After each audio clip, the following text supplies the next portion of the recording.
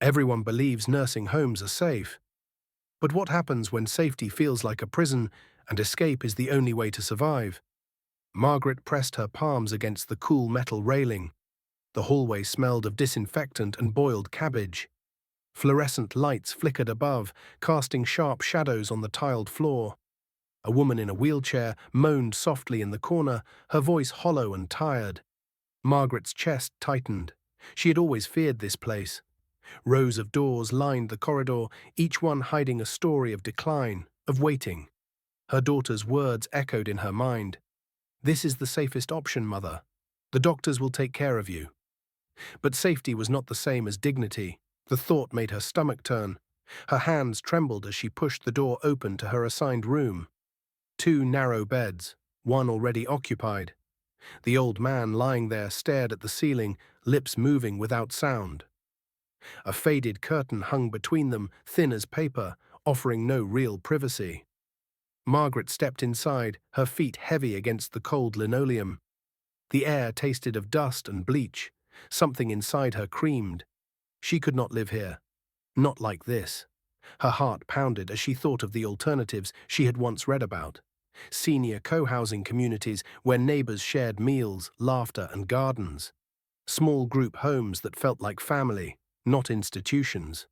Her mind raced through the list: 7 paths to freedom, 7 ways to hold on to independence. But the sound of a sudden shriek from down the hall cut through her thoughts. It was sharp, raw, filled with panic. A nurse rushed past, shoes squeaking against the floor. Margaret froze, her breath caught in her throat. She could smell something burning, faint but unmistakable. An alarm began to wail, piercing and relentless. The walls seemed to close in around her. She looked at the thin curtain, the man's unmoving face, the narrow door, and in that moment she knew. This place was not safety. It was something else entirely. Her vision blurred as the noise grew louder. Her hands gripped the frame of the bed, knuckles white. Her pulse thudded in her ears, drowning everything. Her legs refused to move. The burning smell grew stronger, creeping under the door. She thought of sunlight. She thought of open windows, fresh air, laughter. And she thought of escape. Margaret's throat tightened as the alarm screamed louder. The shrill sound bounced off the walls, echoing inside her head like a relentless hammer. She forced herself to take a step back, pressing her spine against the cold wall. Her breath came in short bursts, shallow and uneven. The man on the other bed did not stir. His lips moved, but no words came. His eyes stared at nothing, hollow, vacant. The curtain swayed with the draft from the open hallway, as if mocking her helplessness. The smell of burning was thicker now, curling into her nostrils, bitter and acrid. Her stomach lurched. A memory rushed forward, sharp and vivid. The house she once owned, her garden filled with roses, the kitchen with the smell of fresh bread. Freedom had once been so ordinary. Here it felt like a dream slipping away. She heard hurried footsteps, nurses shouting orders. "Stay calm, stay calm," one voice barked, though the fear behind it was clear. Margaret's eyes darted to the narrow window. It was locked. The bars on the outside gleamed faintly under the emergency light. Her heart sank. She could not understand how anyone could call this dignity. She wanted choices. She wanted to decide how to live, how to breathe, how to spend her final years. Not trapped in a room where every sound belonged to someone else's suffering. Her chest beat. She pressed her palms against the window pane, cold and unyielding.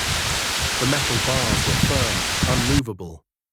For a moment she closed her eyes, shutting out the alarms, the footsteps, the cries. She imagined another life. She saw herself in a small sunlit cottage, shared with 3 other women her age.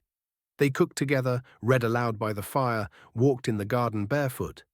Their laughter filled the rooms instead of sirens and screams. She opened her eyes again. The harsh reality clawed its way back. She wanted out. Her mind jumped to another possibility: assisted living apartments where staff were present but independence was respected.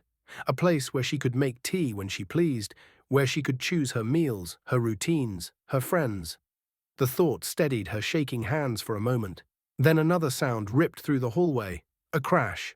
Something had fallen, maybe a cart or a tray. The metallic clatter rang out, followed by another desperate cry. Margaret's pulse surged. The air grew thick, hotter. Her blouse clung to her back with sweat. The old man still did not move. His stillness was more terrifying than the chaos outside. Was this what awaited her? A silent existence, waiting for days to end. Her throat ached with unspoken words. She turned toward the doorway, but it was blocked. Two nurses struggled to push a wheelchair past. The patient slumped forward, coughing violently. Margaret clutched the bed frame, her nails digging into the wood. Her legs trembled, yet her mind screamed with clarity. This was no place for her. Her daughter thought she would be safe, but Margaret now understood that safety without freedom was a cage, a beautiful lie wrapped in sterile sheets. She thought of a new path, a shared residence with unifamilies, where generations lived together, where elders were valued for their wisdom, not hidden away. Children's laughter mixing with evening conversations, gardens tended by many hands. Her eyes burned with longing. Another nurse appeared in the doorway. "Stay inside," the woman shouted, voice strained before vanishing again. Margaret felt a shiver crawl down her spine. "Stay inside." The words tasted like prison bars. Her vision darted back to the curtain. The man's chest rose faintly now, alive but fading. She thought of hospice at home, surrounded by love, not fluorescent lights. Pain managed with care, but moments still her own. Her eyes welled. The alarms did not stop. Her hearing grew muffled, as though she were underwater. Only her heartbeat thundered in her skull. The burning scent turned into a haze that stung her eyes. She coughed, her throat raw somewhere deep inside. A strength stirred. Margaret pressed her palms against the wall, forcing herself upright. Her legs wobbled, but she took a step toward the door. Another. The hallway was chaos. Residents slumped in chairs, nurses running in all directions, orders shouted above the din. She saw a flash of red, an extinguisher pulled from the wall. A nurse fought the flames, licking at the base of a cart near the kitchen. Margaret staggered forward. Her thoughts clung to one truth. This was not life, not for her. Her breath rasped as she passed a woman clutching a doll, rocking it back and forth. Margaret's hand brushed the railing for balance, cold and sticky with sweat. A man shouted for oxygen tanks. Another alarm blared, deeper, heavier. She gritted her teeth. She would not let her days end behind a locked window, surrounded by strangers' cries. Her mind reached again for the list. 7 choices, 7 lifelines.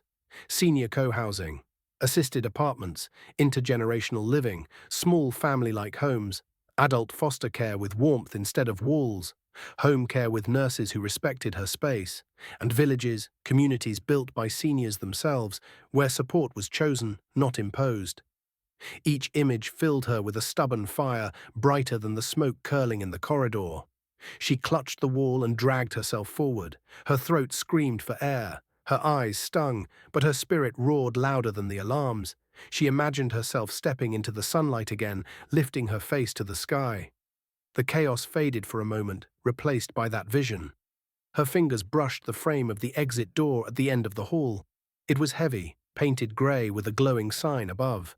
Her hand trembled as it closed over the handle. For 1 second she hesitated. Behind her the cries rose again, sharp and hopeless. The fire crackled louder. Her heart thumped, fierce and defiant. She pushed. The door groaned open, spilling a rush of cool air against her face. The taste of freedom touched her lips. Her chest lifted with a gasp, lungs filling with life again.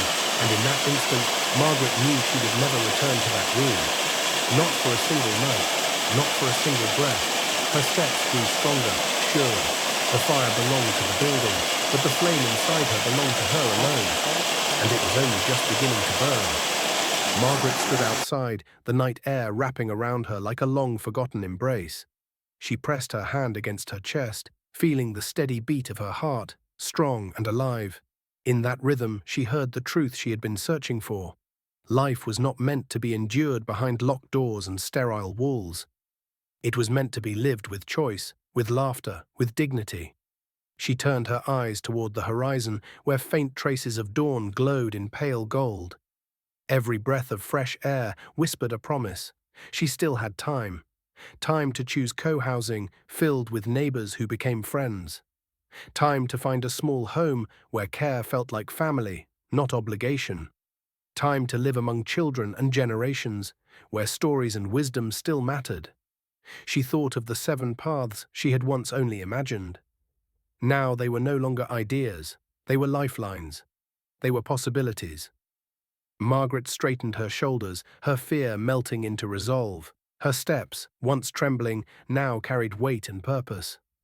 The nursing home was behind her, freedom was ahead, and for the first time in years she smiled, not because she was safe, but because she was free.